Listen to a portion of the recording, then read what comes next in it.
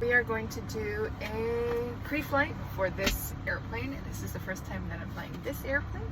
I checked the fuel levels, and they're okay.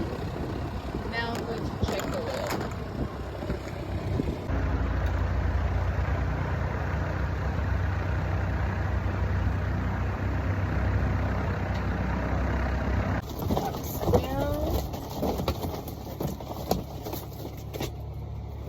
Great.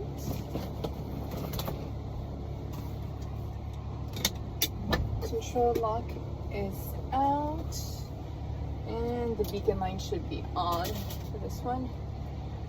The valve, shut-off valve should be in. Fuel selector should be on both. Flaps are up, master off, ignition off, avionics off.